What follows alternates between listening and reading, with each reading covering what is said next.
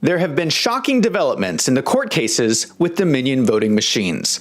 Dominion has been suing anyone who suggests that the company was involved in cheating in the 2020 election. Now, I don't want to be sued, so I'm going to be breaking down what has happened using Dominion's own words. And we're going to answer the question, has Dominion committed fraud?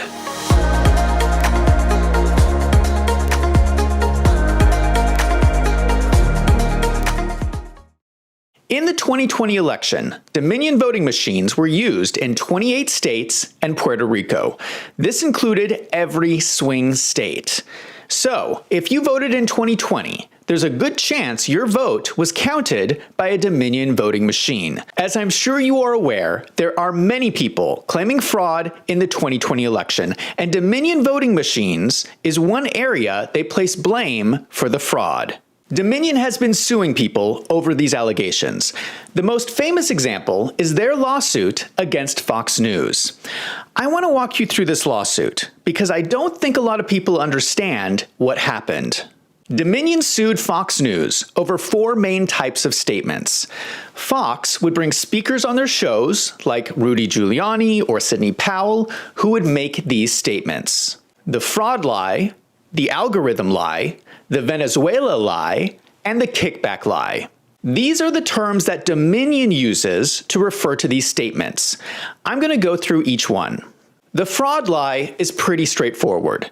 It's the idea that Dominion was involved in committing fraud in the 2020 presidential election. The algorithm lie is based on the idea that software in the machines was used to manipulate votes.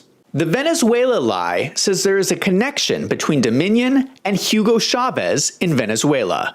The theory is that Hugo Chavez worked with a company called Smartmatic to create electronic voting machines for Venezuela. They purposely built vulnerabilities into the software so that Hugo Chavez could control the outcome of the vote. After they started using these machines, they held a vote in Venezuela that eliminated term limits for Hugo Chavez. The theory is that Dominion and all voting machine software is based off the original code used by Smartmatic, and that the anomalies people experienced in the 2020 election are similar to anomalies that did happen in the Venezuela elections. The kickback lie refers to the enormous amount of money that Dominion makes from elections. Just for example, Dominion's contract in Georgia was $107 million.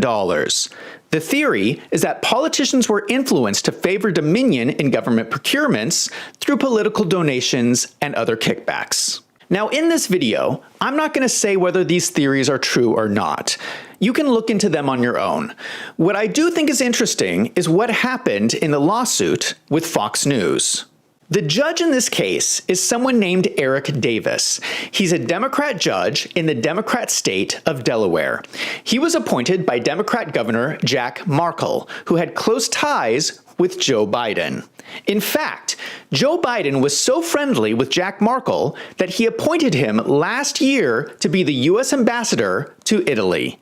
The point is that this court is not going to be a venue that would be favorable to Fox News. In a shocking turn in the case, Fox News requested a summary judgment, requesting that the case be dismissed. Summary judgment means that the judge decides on the outcome of the case before it goes to trial. You would typically ask for summary judgment in a frivolous lawsuit. For instance, if someone sues you and it's a bogus lawsuit with no evidence you did anything wrong, you can ask the judge to just throw the case out. That way, no one has to go through the process of a trial for a frivolous case. There is a risk to doing this, though. Under summary judgment, the judge must evaluate your request after viewing the record in a light most favorable to the non-moving party. The judge is going to look at the evidence in a way that is most favorable to your opponent. If the case still looks frivolous, the judge can throw out the lawsuit. In the case with Fox News, it's really confusing to me why they would ask for summary judgment. Why would they ask this judge to consider the evidence in a way that's most favorable to Dominion? Let's look at the evidence in this case. In the 2020 election, Fox News was the first major news network to call Arizona for Joe Biden. Remember that Arizona did not finish counting votes until a month after Election Day. So it was very strange for Fox News to call the state so early, in a move that essentially solidified the election for Joe Biden. On top of this, when people started complaining about election fraud, Fox News produced a fact check 10 days after the election. Their fact check states there was no evidence of widespread fraud, and claims about Dominion switching or deleting votes are 100% false, and claims that votes for President Trump were deleted are mathematically impossible. I want to just stop and think about this, because these statements seem ludicrous to me. They are claiming there is 0% chance that any employee at Dominion did anything wrong with the election at all. It is a mathematical impossibility. How can any fact checker say that? There is no chance whatsoever?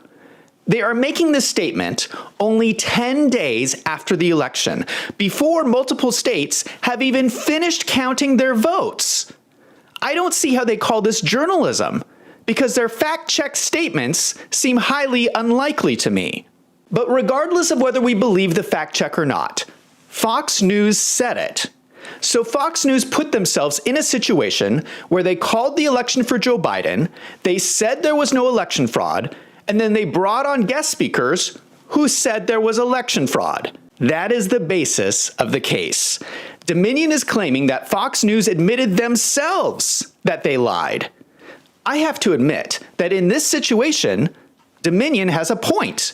Why did Fox News do this? They seem like a bunch of hypocrites. What is even more confusing is how Fox News responded to Dominion's lawsuit. When Fox filed their response, they did not file any evidence that would question the election and justify their actions. Instead, the response by Fox was that basically they were just reporting the news, and they should be free to report on what people say. They did not provide any evidence to dispute Dominion's complaint against them. So what is the judge supposed to do if Fox does not bother to present any evidence? We have a case being decided by a Democrat judge. Fox News is requesting that the judge decide the case in a light most favorable to Dominion. Fox News is claiming that they themselves are lying, and Fox News is not providing any evidence to dispute the complaint. Why are they doing this? It's almost like they're trying to lose the case on purpose. Of course, the judge decided the case for Dominion, with the only matter still to be determined at trial as to whether Fox News committed defamation with actual malice. The judge states in his decision, the evidence developed in this civil proceeding demonstrates that it is crystal clear that none of the statements relating to Dominion about the 2020 election are true. I can't really get mad at the judge here. I probably would have made the same decision, because the judge never heard any evidence that would convince him otherwise. Fox News settled the case by paying Dominion $787.5 million. Shortly after this settlement, Tucker Carlson was fired from Fox News. Tucker Carlson was someone on Fox that was going to continue to talk about whether the election was stolen, which seems to be at least part of the reason for his firing. What is surprising about this whole settlement is that there continues to be concern about fraud with Dominion voting machines. In fact, the US government issued a warning about Dominion voting machines in June 2022.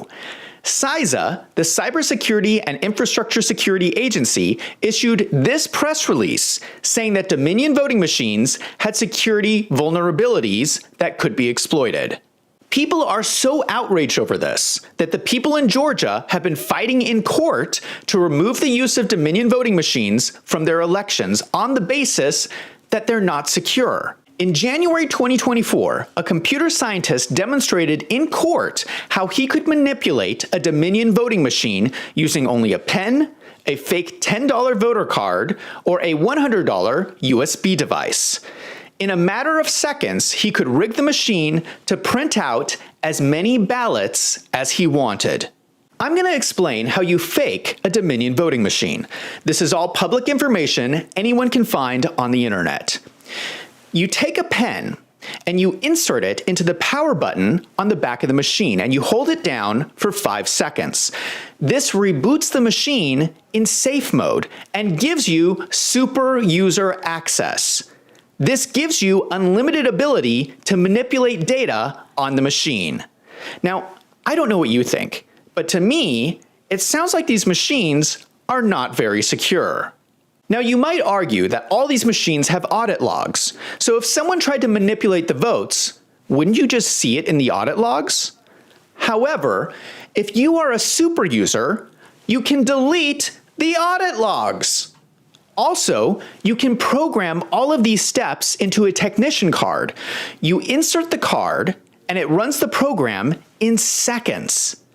Just so you understand this, any random person can walk in off the street and very easily and quickly change the vote count from any voting machine. Why are we using these in our elections? But hold on, it gets worse. That example would just be one voting machine in one location. There's also a vulnerability if these machines are connected to the internet. The machines run on a version of Microsoft Windows from 2015. There are some well-known malware hacks that can access the system through the internet. If the malware infected the right file, it could change the votes in every Dominion voting machine in the county. It could also delete itself once it was done. Even if the machines were not connected to the internet, someone could infect the system simply by inserting a USB device. Why are we using these machines in our elections? But hold on, it gets worse.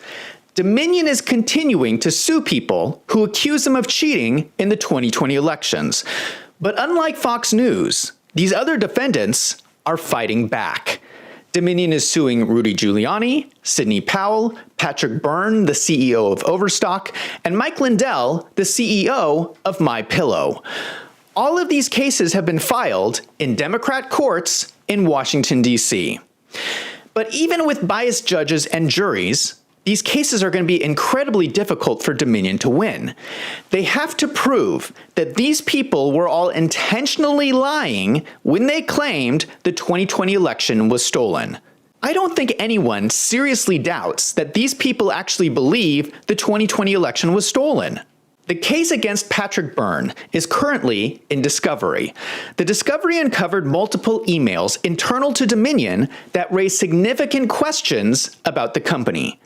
Patrick's attorney is Stephanie Lambert. She turned the emails over to Sheriff Darleaf as evidence Dominion committed crimes during the 2020 election.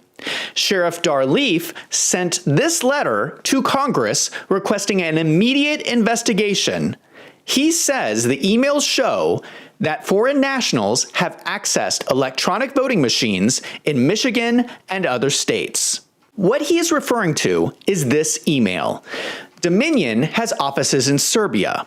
This is an email chain of Dominion staff in Serbia talking about running a test on Colorado voting machines.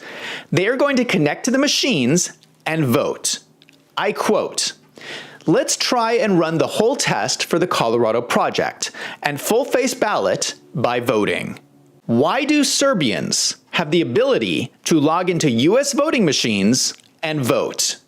This is especially troubling because Dominion has always tried to combat accusations about their voting machine vulnerabilities by claiming that the machines are not connected to the internet. Well, if they're not connected, how are the Serbians logging in? In fact, here is the CEO of Dominion testifying under oath that there are no modems in Dominion machines that can connect them to the internet. And so are those networked? Is the computer then networked directly to the tabulator? on a local area network? The systems are designed to be closed networked, which means they are connected to each other in a local area network, but they are not designed to be connected to the outside world through either an internet connection or any other external connectivity device. Does Dominion have any way to remotely access any of the information on any of the equipment or have remote access within the machines themselves? No. So there is no modem at all in these machines? The only modem is the one that I described that has a very, very particular function on the precinct. And we do not have access to it, and nor can we modem into that machine. Does anybody have access to the best of your knowledge? No. The CEO is lying. We have the emails of Dominion employees, foreign nationals, who are talking about accessing the voting equipment. The CEO is committing perjury here. But it's even worse than that. Here's the certification from the EAC, the U.S. Election Assistance Commission. They are the organization that has certified Dominion voting machines for U.S. elections. In this document, the use of modems to connect to the internet is marked no. If this is not correct, and Dominion is using modems to connect the voting machines to the internet, that means they lied to the EAC. This is another email from Dominion employees talking about voting machines in Alaska. They say the remaining 304 in Alaska were retrofitted with dial-up modems and received in all 5 regional offices. Why is Dominion putting modems in the Alaska voting machines? This not only means that the CEO lied under oath about the modems, it means that Dominion lied to the EAC. And it means that Dominion has lied under oath in every single lawsuit against Fox News, Rudy Giuliani, Sidney Powell, Patrick Byrne, and Mike Lindell. Not only that, consider all of the money Dominion has made off of taxpayer dollars. Dominion would have gone through a procurement process based on their EAC certification. That means they also lied about the modems to obtain enormous amounts of taxpayer dollars. That is evidence of fraud. So I will ask again, why are we using any of these machines in the upcoming election? Again, I'm not even addressing the issue of whether Dominion cheated in the 2020 election. I am saying that there is evidence that they are committing fraud right now.